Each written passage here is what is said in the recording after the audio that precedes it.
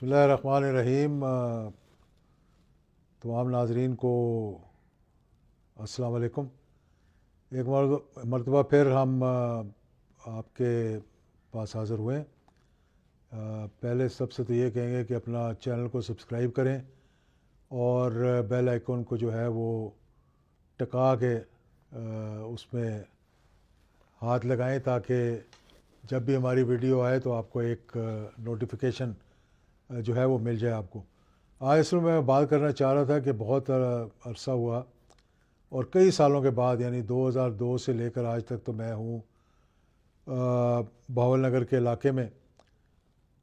اس دفعہ جو بارشیں ہوئی ہیں وہ اس قدر زیادہ ہوئی ہیں، اور خاص طور پہ یہ کلائمیٹ چینج کی وجہ سے، جس سے کہ ایک طرف تو گلیشیئر پگھلنے شروع ہو گئے ہیں، دوسری طرف ان علاقوں میں، چولستان کے علاقے میں اور بھاول نگر کے علاقے میں، جہاں کبھی بارش بہت کم ہوا کرتی تھی۔ یہ کاٹن بیلٹ ہے، یہ ویٹ بیلٹ ہے، یہاں پہ پر ایکڑ سب سے زیادہ کاٹن اور سب سے زیادہ ویٹ اس علاقے میں لگتی تھی، لیکن اس دفعہ بارشوں نے اتنا متاثر کیا ہے بھاول نگر کو، خاص طور پہ ہماری جو ہارون آباد سے لے کر 6R کی جو نہر ہے، وہ اس کے ارد گرد تو اتنی تباہی ہوئی ہے کہ آپ سوچ ہی نہیں سکتے۔ تمام فصلیں تباہ ہو گئی ہیں، گھر تھوڑے نقصان ہو گیا، سڑکیں تباہ ہو گئی ہیں، اور اس کا ازالہ پتہ نہیں ہوگا کہ نہیں ہوگا۔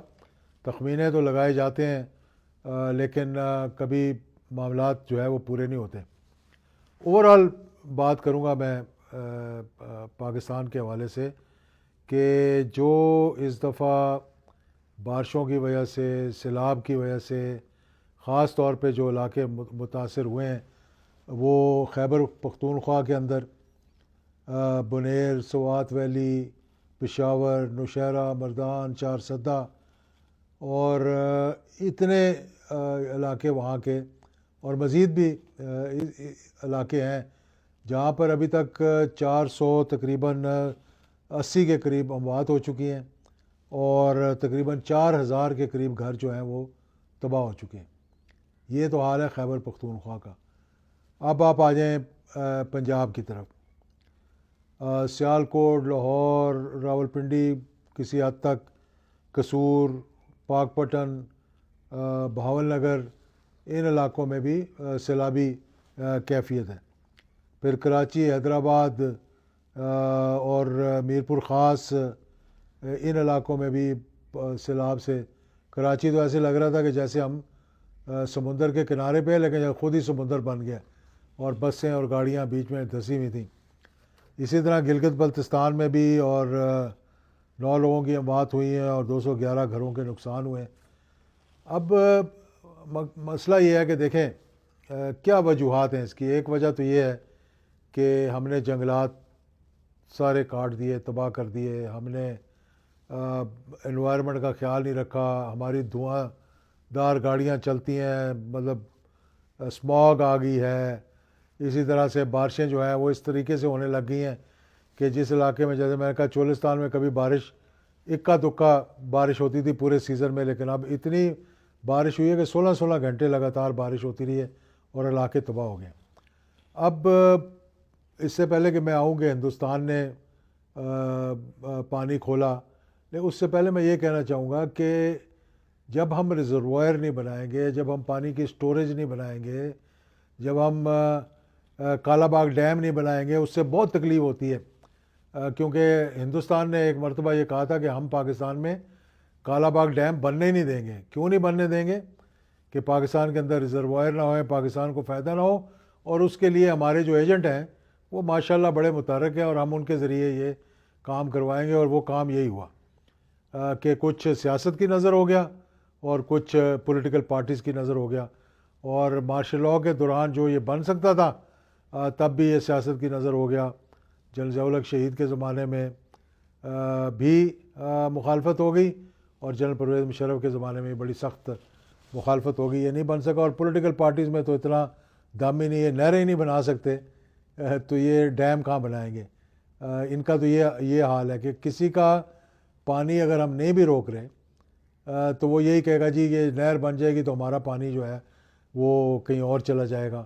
حالانکہ اتنا ہی پانی اگر ان کو دیں. سب سے بڑی بات جو میں کرنا چاہتا ہوں وہ یہ ہے کہ ہمیں ڈیم بنانے چاہیے. چلو کالا باغ ڈیم کو ہم چھوڑ جاتے ہیں, ہم سفید باغ ڈیم بنا دیتے ہیں, چھوٹے چھوٹے ڈیم بنا دیتے ہیں, ریزروائر بنا دیتے ہیں, ہائیڈل کے پروجیکٹس لگاتے ہیں جس کو ہم نے ڈسکریج کیا اور آئی پی پیز میں چلے گئے. نہ بجلی صحیح بنا سکے نہ, اور پیسہ ہم نے اس طرح ضیاع کیا کہ ہماری ضرورت سے ڈبل بجلی ہم نے بنا دی اور اب گھر بیٹھے بیٹھے لوگ پیسہ لے رہے ہیں.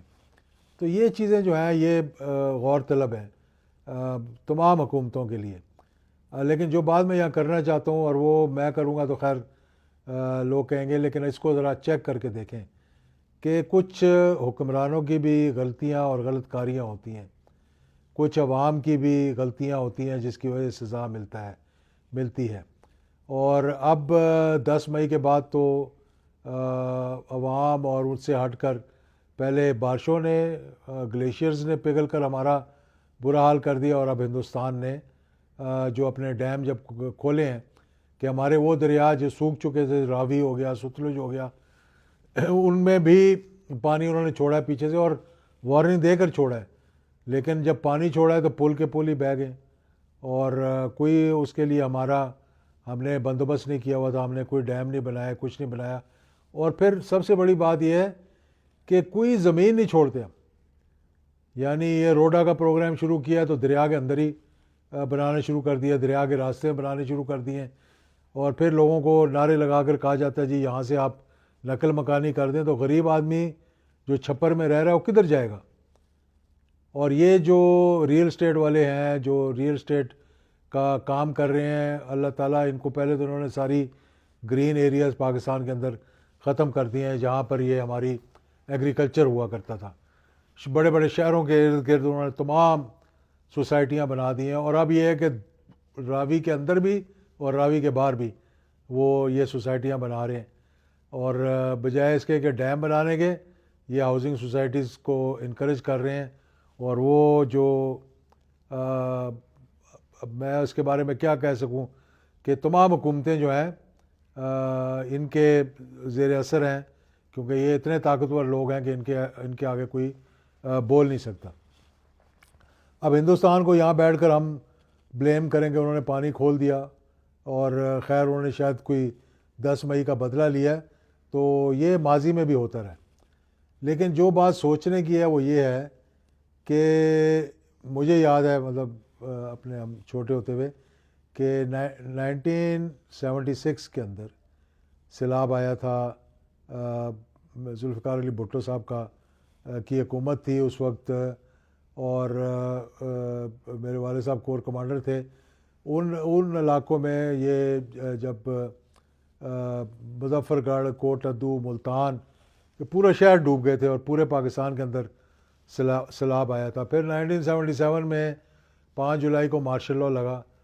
5 جولائی 1977 سے لے کر 17 اگست 1988 تک ذرا ریکارڈ اٹھا کر دیکھیں, کوئی سیلاب آیا پاکستان کے اندر؟ ایک بھی سیلاب نہیں آیا, ایک ہی کوئی بڑا زلزلہ نہیں آیا. اور 1988 کے حادثے کے بعد 1990 میں 91 میں جہلم ڈوب گیا, سیلاب ہی سیلاب آتے رہے. اور اس کی کچھ وجوہات تو ہوں گی کہ جب حکمران رات کو اٹھ کے تہجد پڑھیں اور اللہ تعالیٰ سے دعا کریں تو کوئی اللہ تعالیٰ کی طرف سے بھی برکت آ جاتی ہے. جب حکمران جو ہے وہ لوٹ مار میں لگ جائیں, اور حکمران سے میرا یہ مطلب نہیں ہے کہ میں اوپر سے کہہ رہا ہوں, لیکن تمام لوگ, یعنی جس میں حکومت کے اندر پولیٹیشنز بھی آتے ہیں, حکومت کے اندر بیوروکریسی بھی آتی ہے, ہر کوئی آتا ہے, جب وہ لوٹ مار میں لگ جائیں اور وہ کام نہ کریں جو اللہ تعالیٰ کے احکامات ہیں, یتیموں کی, بیواؤں کی, غریبوں کا خیال نہ کریں, تو پھر اسی قسم کے سزائیں جو ہیں وہ قوموں کو ملتی ہیں. تو میں ایک دو باتیں جو کہنا چاہتا ہوں, ایک تو یہ کہ ایک کنسنسس ایوالو کرنا چاہیے حکومت کو کہ ہم ریزروائر بنائیں, چھوٹے چھوٹے ریزروائر بنائیں AJK کے اندر, جو کہ زیادہ تر وہاں پر یہ تھرمل کے ہمارے ہائیڈل کے جو پروجیکٹس لگے ہوئے ہیں وہاں پہ, KPK کے اندر, اور پنجاب میں بھی جہاں پر یہ خدشہ ہے کہ پانی نہیں بھی ہوگا, وہ بھی پانی ان جگہوں پہ بھی بنائیں گے, کوئی پتہ نہیں ہوتا کب پانی آ جائے. اور یہ جو پانی سارا ہم دریا میں ڈال کر ضائع کر رہے ہیں, اس سے اگر ہم یہ ریزروائر بنائے ہوتے تو لوگوں کا آج فائدہ ہوتا، پاکستان کا فائدہ ہوتا اور پاکستان ترقی کی راہ پہ چل پڑتا۔ لیکن نہیں، ہم یہ سوچیں گے نہیں، یہ وقت گزر جائے گا، ہم بھول جائیں گے۔ ارتھکویک آیا 2006 میں، اگر آپ لوگوں کو یاد ہو اکتوبر کے اندر کتنا نقصان ہوا۔ ہم نے NDMA بنا دیا اور national disaster management, provincial disaster management, تو کیا انہوں نے کام کیا؟ یہ نہیں ڈیزاسٹر کو بچانے کے لیے، لیکن پریونٹ کرنے کے لیے، یعنی اس کو کیا کام کیا ہم نے؟ ہماری تو اتنی بھی تیاری نہیں ہے کہ جب لوگ ڈوب جاتے ہیں تو پھر ہم کیا کرتے ہیں، جی فوج نو بلاؤ۔ کوئی سول ادارہ ہمارے پاس نہیں ہے جو کہ ان چیزوں کو دیکھ بھال کر سکے، کوئی ایسا ہم نے اپنا انسٹیٹیوشن نہیں بنایا، آرگنائزیشن نہیں بنائی جو کہ ہر وقت تیار رہ سکے۔ جس طرح دنیا کے اندر ہر جگہ آتے ہیں، ہریکین آتے ہیں، سیلاب آتے ہیں، ٹورنیڈو آتے ہیں، امریکہ میں آتے ہیں، برطانیہ میں آتے ہیں، لیکن پورا طریقہ کار ہوتا ہے لوگوں کو وہاں سے نکالنے کا، لوگوں کو بچانے کا، ان کے گھروں کو بچانے کا، ان کو نقل مکانی کرانے کا، ان کو آلٹرنیٹ جگہ دینے کا۔ یہ نہیں کہ مسجدوں سے اعلان کرائیں کہ یہاں سے نکل جائیں اور نکل کے ان کو پتہ ہی نہیں کہ جانا کہاں ہے اور کھانا کہاں ہے۔ تو میں یہ درخواست کرنا چاہوں گا حکومت سے بھی اور لوگوں سے بھی کہ آئندہ تھوڑی احتیاط کریں، اور خاص طور پر جو سوسائٹیاں بن رہی ہیں ان جگہوں پہ اور جو شہر بن رہے ہیں ان جگہوں پہ 18ویں ترمیم کے لیے تو بڑا لڑائی ہو رہی ہے کہ جی اس کو رہنے دینا چاہیے، لیکن بھائی میرے جتنا NFC ایوارڈ میں پیسہ ملا ان صوبوں کو چیک تو کریں ذرا۔ یہ کراچی کیوں ڈوب رہا ہے؟ کیا وہاں پر کوئی کام ہوا؟ نالوں کی صفائی ہوئی؟ کوئی نکاسی کے لیے کام ہوا؟ کوئی سڑکوں کے ارد گرد کوئی سیوریج کا بندوبست کیا پانی کو نکالنے کا؟ تو آج مطلب وہاں بولتے ہیں کہ جب زیادہ پانی آتا ہے تو زیادہ بارش ہوتی ہے، تو زیادہ پانی آتا ہے، اور جب زیادہ پانی آتا ہے تو پھر زیادہ بارش ہو جاتی ہے۔ تو اگر اسی چکروں میں رہنا ہے تو پھر نہ یہ ملک ترقی کر سکے گا، نہ یہ ہم آگے کی طرف بڑھ سکیں گے۔ تو ہر چیز سے کچھ سبق سیکھیں اور سبق سیکھنے کے بعد آگے چلیں۔